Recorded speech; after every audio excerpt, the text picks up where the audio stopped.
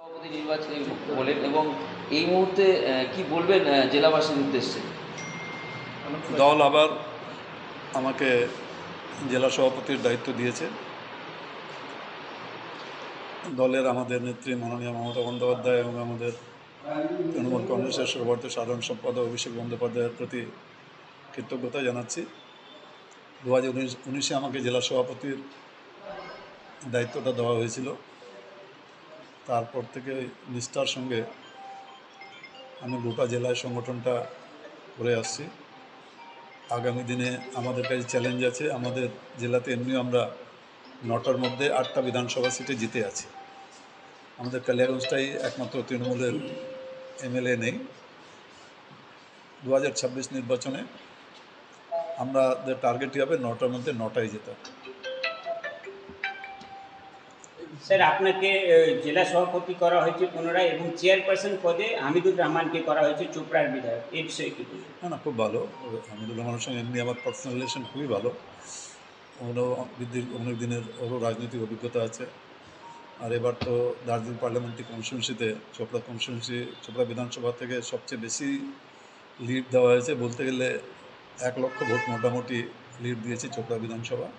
কিছু কম হবে হয়তো 2-4 হাজার। তো খুব ভালো লাগছে যে ওকেও দায়িত্ব দেওয়া হয়েছে। হয়তো দীর্ঘদিনের সংগঠক, ভালো সংগঠন করে। চোপড়ার সংগঠন তো সবসময় আমরা ঈর্ষা করি যে চোপড়ার সংগঠন দলের খুব ভালো। আগামী দিনে আমরা দুজন মিলে জেলা সংগঠনটাকে আরও শক্তিশালী করব। স্যার, 9টার মধ্যে 8টা সিট হচ্ছে এই মুহূর্তে তৃণমূল কংগ্রেসের দখলে রয়েছে জেলায়। সামনেই 26-এর নির্বাচন রয়েছে এবং পুনরায় আপনাকেই দায়িত্ব দেওয়া হচ্ছে। 26-এর লক্ষ্য কী রয়েছে স্যার?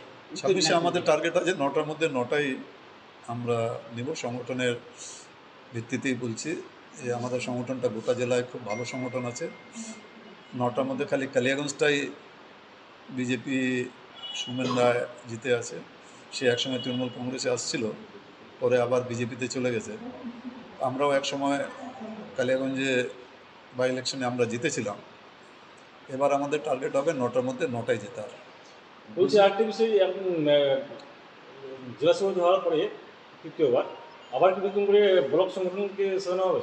এটা তো দলের সঙ্গে আলোচনা করে বলতে হবে, কারণ ব্লক সংগঠনটা তো জেলা সভাপতি করে না, ঊর্ধ্বতন নেতৃবৃন্দই ওটা করেন। সেটাও যেটা দল আলোচনা করে করবে সেটাই থাকবে। আমরা সবাই খুশি আছি।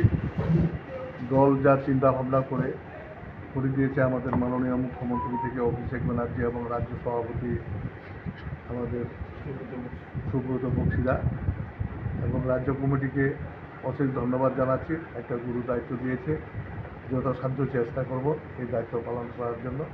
দেখা যাক আগামীতে আমরা সংগঠনটাকে আরও শক্তিশালী করার জন্য দল যেভাবে দায়িত্ব দিয়েছে আমি দলের কথা মতো সম্পূর্ণ কাজ করে যাচ্ছি।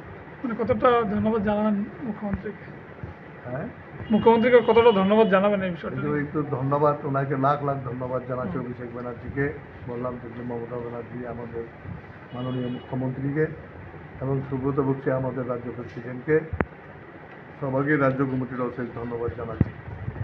আগে দেখি দায়িত্ব দিয়েছি যখন, তো দায়িত্ব যতটা হয় আমার প্রাণপণে চেষ্টা করে সাংগঠনিক দায়িত্ব মাথায় নিয়ে আমরা কাজ করব, এটাই আশা রাখি।